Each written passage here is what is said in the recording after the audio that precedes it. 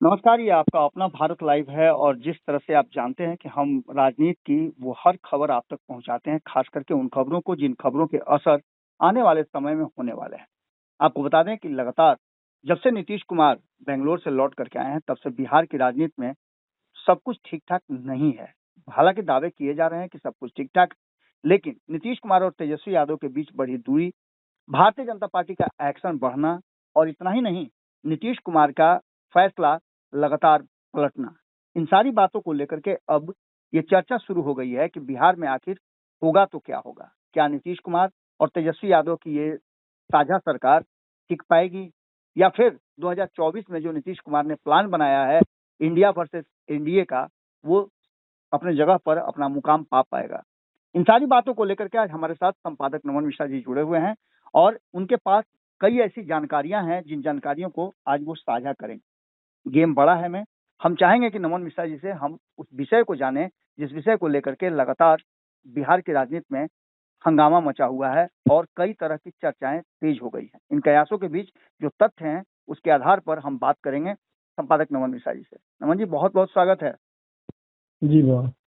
क्या मामला है? लगातार जो नीतीश कुमार और तेजस्वी यादव के बीच में बातें आ रही हैं, उसमें आप इसको कैसे देख रहे हैं? बाबा, एक बात तो यहाँ मैं पहले ही बोल दूं कि मुझे लगता है कि नीतीश सरकार चलाने को लेकर बहुत उत्सुक नहीं है। जी। हर छोटी बात पर अगर विवाद हो जाएगा, जी। हर एक बयान को तूल दिया जाएगा जी। और हर घटना को बढ़ाकर दिखाया जाएगा महागठबंधन में, जी। तो ये महागठबंधन कैसे चलेगी? बिल्कुल। आप अब ये देखिए, कहा जाए पूत के पाँव पालने में, यदि महागठबंधन के लोगों को थोड़ी भी शर्म है तो पहले आपस में बिहार की समस्याओं को सॉल्व कर लेना। जी। जी। ये इंडिया भर में घूम के इंडिया बनाने की कोशिश कर रहे हैं। जी। इतना आसान होता भारत को बनाना, तो 200 साल अंग्रेज शासन करके उस शासन को हटाने में कई करोड़ लोगों की जान जाना, शहादत देना, ये इतना आसान नहीं है भारत बना लेना। जी। जी। अगर ऐसा भारत बन जाता तो विश्व के किसी भी कोने में एक और भारत जरूर होता। जी। आप अच्छे से जानते हैं कि जो धर्म निरपेक्षता, जो समन्वय, जो गंगा जमुनी तहजीब, जो समावेश भारत में है, वो इस इंडिया में तथा कथित रूप से जो बना है राजनीतिक जी। में नहीं है। जी। जी। लोग अपनी महत्वाकांक्षाओं को त्याग करके नहीं आ रहे हैं। नीतीश कुमार के साथ एक सबसे बड़ी समस्या है कि अगर उनको आप कोई भी चीज ला कर दे दीजिएगा तो उससे जैसे ही आप दीजिएगा, उसका दूसरे कंपनी का कोई प्रोडक्ट जैसे ही लॉन्च होता है वो उसको देखने लगते हैं। जी। जी। ये बचपना है, ये राजनीति नहीं है। जी। लेकिन बहुत परिपक्व नेता है, लेकिन ये जो मोह है वो छूट नहीं रहा है उनसे। जी। आज जी। तेजस्वी यादव के साथ है तो ईमानदारी से क्या वो हैं? क्या राजद के लोग ये बात कह देंगे कि नीतीश ईमानदारी से हैं? नहीं है। जी। राजद की मजबूरी है कि वो नीतीश कुमार को झेलती रहेगी। ये एक ऐसी शादी है जो नाकाम है, जी। कोई प्रतिफल नहीं निकल रहा है, जिससे बिहार को, राजनीति को, तेजस्वी यादव को कोई फायदा नहीं हो रहा है। राजद बस सरकार का हिस्सा बनी हुई है, यही राजद की सबसे बड़ी पूंजी इस सरकार में है बस। अब देखिए ना कैसे धीरे धीरे सरकार, शिक्षा मंत्री हो के पाठक हो, वहाँ भी कई मामलों पर लगातार सरकार का पेच फंसा हुआ है। वहाँ भी शिक्षा मंत्री के फैसलों को लगातार पदाधिकारी पलट रहे हैं। अब एक पदाधिकारी शिक्षा मंत्री के पीए और उनके निजी लोगों को विभाग में आने से रोक दे, तो आप इसे कैसे देखते हैं? क्या ये खुद मुख्यमंत्री का दिया हुआ वरदान नहीं है? और मुख्यमंत्री जब दोनों खेमे को बुलाते हैं, मंत्री और पदाधिकारी को बुलाते हैं, तो पदाधिकारी सपोर्ट करते हैं और तथ्यों के हिसाब से मंत्री को ही पीछे बैक होना पड़ता है। इतना ही नहीं, राजद की तरफ से आवाज उठाने वाले एमएलसी को संट कर दिया जाता है। जी। जी। बुलाकर उनके साथ कौन सा कृत्य किया गया राजनीतिक, जी। ये तो वही बता सकते हैं ना। लेकिन उनकी लड़खड़ाती हुई जुबान कुछ और ही कहानी कह रही थी। जी। मतलब भयंकर दबाव में है राजद के लोग। इतना ही नहीं, आपने देखा कि स्वास्थ्य विभाग में जो खुद 500 के आसपास जो बदलियां हुई थी, तबादले हुए थे। वो खुद बिहार के उप मुख्यमंत्री हैं। 10 फैसला नीतीश लेते हैं तो 2 फैसला तो वो ले ही सकते हैं ना। जी।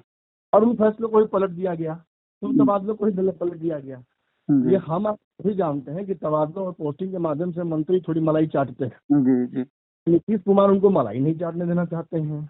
जी। क्या उनके फैसलों को पलटना मकसद है, या क्या मकसद है, ये तो खैर वही बता पाएंगे ना। लेकिन इससे जो मैसेज आ रहा है वो बहुत बुरा आ रहा है। तेजस्वी का फैसला पलट दीजिएगा, उनके विभागीय मंत्रियों का फैसला पलट दीजिएगा, आप इस्तीफा लीजिएगा उनके मंत्रियों का, आप उन्हें पुनः जगह नहीं दीजिएगा मंत्रिमंडल में। आपके कोटे के एक मंत्री घटते हैं तो आप बिना किसी औपचारिक ऐलान के उनको आप जोड़ लेते हैं मंत्रिमंडल में जी और तेजस्वी यादव को, कांग्रेस को, सबको वेट करना पड़ता है। अब कल ही की खबर है मंत्रिमंडल विस्तार 24 को होने वाला था, जी क्यों हुआ? अब आप इसे कैसे देखिएगा? निश्चित तौर पर इसमें भी कोई विवाद है, बिल्कुल निश्चित तौर पर इसमें भी कुछ ऐसा चल रहा है अंदर खेल। बिल्कुल। कि मैंने कल पत्रकारों में बताया। आपने इस पर बहुत सारी बातें कही थी और सबसे बड़ी बात है नमन जी कि इस सरकार को बचाने के लिए जो नीतीश कुमार पहल कर रहे हैं या जिस तरह की वो प्रतिक्रिया दे रहे हैं, उसमें तेजस्वी यादव को एक बार फिर से या तो सरेंडर करना पड़ेगा या बैकफुट पे जाना पड़ेगा। सरेंडर तो कर ही नहीं दिया बाबा, जी तेजस्वी यादव ने सरेंडर तो कर ही दिया। अब वो क्या करेंगे? एक तरफ उन पर गिरफ्तारी की तलवार लटकी हुई है, भाजपा तेजस्वी यादव से बदला ले रही है क्योंकि लालू यादव के वो पुत्र हैं। जी अब दूसरी तरफ नीतीश कुमार तेजस्वी यादव को आगे बढ़ने नहीं दे रहे हैं। जो काम लालू यादव ने कांग्रेस के साथ किया वही काम राजद के साथ नीतीश कुमार कर रहे हैं। जी तेजस्वी यादव को मौका ही नहीं दे रहे हैं। आपको याद होगा, देखिए मलमास मेला वाली बात पिछले मलमास मेला जो था उसमें मंत्री कौन थे? किस मंत्री के विभाग से आयोजन किया हुआ था कार्यक्रम? निश्चित रूप से वो राजद कोटे के थे, आलोक मेहता जी। अब उनके विभाग के जो कार्यक्रम था उस कार्यक्रम में नीतीश कुमार को जाना था, उसमें तेजस्वी यादव को भी जाना था, मंत्री को भी जाना था। एकाएक बेंगलोर से आते हैं नीतीश कुमार, सीधे वहीं चले जाते हैं, तेजस्वी यादव भी नहीं आते हैं और उनके मंत्री भी नहीं आते हैं। अब इसे आप कैसे करिएगा? नाराजगी नहीं है, निश्चित रूप से संभव है। जी निश्चित रूप से जानकार तो यहाँ तक बताते हैं और इंटरनल सोर्सेज से जो खबर आई है कि जब बेंगलोर से ये चारों चले हैं तो किसी के बीच में कोई भी बात पूरी यात्रा के दौरान एक ही जहाज में रहते हुए नहीं हुआ। कैसे होगी बाबा? नीतीश बहुत नाराज थे जी और नीतीश की नाराजगी की वजह से बार बार दुल्हन एक बार उठता है समझी या उठ के दूसरा ठप लगा देता है। जी क्या वो आपस में बात नहीं करना दिया? तेजस्वी यादव इस स्थिति में नहीं कि वो नीतीश कुमार के साथ ऐसा कुछ कर सकते हैं, लेकिन मैसेज तो दे सकते हैं ना। तो क्या लगता है नमन जी की ये कोई बड़े गेम की सुगबुगाहट है? Baba Nitish Kumar is very reluctant towards Mahagathbandhan. ये एक सिंपल शब्द है जो समझा सकता है कि नीतीश स्वेच्छा से इस महागठबंधन का हिस्सा नहीं बने हुए हैं, बल्कि वो असहजता उनके चेहरे पर वापस आ गई है। उन्हें साफ दिख रहा है कि ये इंडिया कहीं नहीं जा रहा है। बहुत मुश्किल है किसी तरीके से। उतना नीतीश कुमार के पास ना राजनीतिक समय बच गया है, ना उतना पेशेंस बचा है कि वो 29 तक इंतजार करे। तो आखिर कहानी 24 की तो नहीं हो सकती। आखिर इसका रिजल्ट क्या होगा? रिजल्ट यही होगा जो आपने आज सुबह देखा। आपने देखा किस तरीके से जो मंत्री हैं आलोक मेहता, उनके विभाग का देखिए, अब भूमि राजस्व और जो भूमि सुधार मंत्री हैं आलोक मेहता, अब उनके विभाग में जब ट्रांसफर पोस्टिंग उन्होंने किया, तेजस्वी यादव के साथ काफी दिन बाद वो जब नीतीश कुमार बैठे हैं तो उन्होंने पहले तो निरस्त कर दिया उनके सारे दिए हुए फैसलों को। अब यहाँ एक बहुत बड़ा सवाल कर देंगे, और केवल फैसला पलट देना एक बड़ी बात नहीं है। दरअसल फैसला क्यों पलटा गया, ये कयास लगाने के लिए छोड़ दिया जाना, ये किसी की राजनीति समाप्त कर सकती है। और लालू प्रसाद यादव पर चारा घोटाले का, भ्रष्टाचार का आरोप लगाने वाले यही लोग हैं। इन्होंने ही फंसाया था लालू यादव को। ट्रांसफर, पोस्टिंग, ऑडिटिंग, इन सब में जो खेल हुआ था इसमें लालू यादव को फंसाया गया। और जो जानवरों का चारा था लालू यादव ने अकेले खा लिया होगा, कभी नहीं खाया होगा। और इतने बड़े भ्रष्टाचार का आरोपी केवल लालू यादव को बनना पड़ा।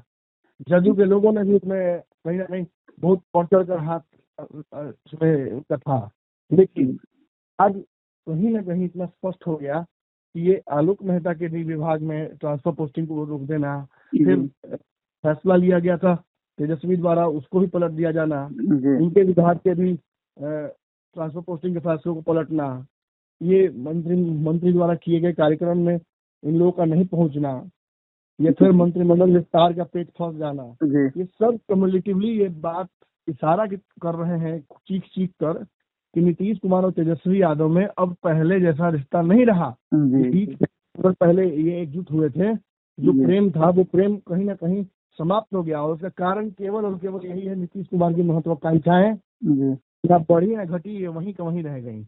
हमें लगा था कि नीतीश कुमार ने अपनी महत्वाकांक्षाएं त्याग दी हैं। हमें जी लगा था नीतीश बयान बार बार जो दे रहे हैं कि तेजस्वी यादव ही हमारे बात संभालेंगे, तो कुछ सच बोल रहे होंगे। जी लेकिन नीतीश तो पैथोलॉजिकली लायर हैं, जी जी ये तो झूठ बोलते ही हैं आदतन। जी और उसमें कोई गुंजाइश नहीं है कि नीतीश कुमार ने तेजस्वी यादव की बची खुची राजनीतिक संभावनाएं समाप्त कर दी हैं। और बस इंतजार कर रहे हैं कि कब तेजस्वी यादव को गिरफ्तार कर लिया जाए, कब तेजस्वी यादव पर आगे की प्रक्रिया बढ़े, कब तेजस्वी यादव पूरी तरीके से फंस जाए सीबीआई, ईडी और भाजपा के चुंगल में, जी कि नीतीश कुमार एकदम एक छत्र होकर राज कर सके, चुनाव लड़े और चुनाव लड़ने के बाद ताकत अपनी देखे अपनी पार्टी की, उसके बाद फिर तय करे कि भाजपा को जाना है कि क्या करना है। लेकिन मैं जान लीजिएगा, आज मंत्री का जो पलटा गया है फैसला, जी अब आज से आलोक मेहता पर जी नीतीश कुमार को पलट देने के चलते इस फैसले के उन पर भ्रष्टाचार का आरोप लग जाता है, जी जी ट्रांसफर पोस्टिंग में करोड़ों का खेल करने का आरोप लग जाता है, जी उनकी ताक दाव पर लग जाती है। पूर्व में भी आलोक मेहता, आपको याद होगा, एक बार बागी बनना चाहते थे, जी जी जी आप मुझे की तरह ये भी इस्तीफा देने की मंशा बनाए हुए थे, बिल्कुल लेकिन बिल्कुल उनको रोका गया था पिछली बार। अब इस बार तो स्थिति ये हो गई है, जी अगर ये इस्तीफा नहीं देंगे तो इनके साथ पर तो बट्टा लग ही गया है। ये जी बात कार्तिक महाशय, ये बात सुधाकर सिंह समझ गए थे वक्त रहते, जी उन्होंने अपनी इज्जत बचा ली। राजनीति करना जरूरी है, राजनीति जी से कई लोगों का तो घर चल रहा है यहाँ, जी फुल टाइम रोजगार उनका हो गया है।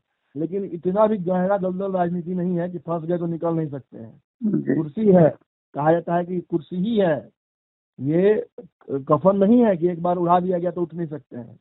अगर आपके फैसलों को बार बार पलटा जा रहा है, आपकी राजनीतिक जो जमीर है उसको ललकारा जा रहा है, तो आपको कहीं ना कहीं खड़ा होना पड़ेगा। खासतौर पर जब तेजस्वी यादव के सामने उनके मंत्रियों को लगातार बेइज्जत किया जा रहा है, तो तेजस्वी यादव को कुछ ना कुछ तो बोलना होगा बाबा, ऐसे नहीं हो सकता।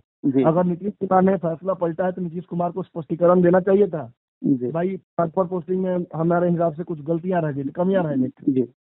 आप अच्छे से जानते हैं जो विभाग है भूमि सुधार और ये जी, ये विभाग जो है ये मालदार विभाग है। बिल्कुल, ये पूर्व में जिन मंत्रियों के पास रहा है हमने बहुत नजदीक से देखा है, हमने विभाग में ट्रांसफर पोस्टिंग में बहुत बड़ा खेल होता है। जी भाजपा के साथ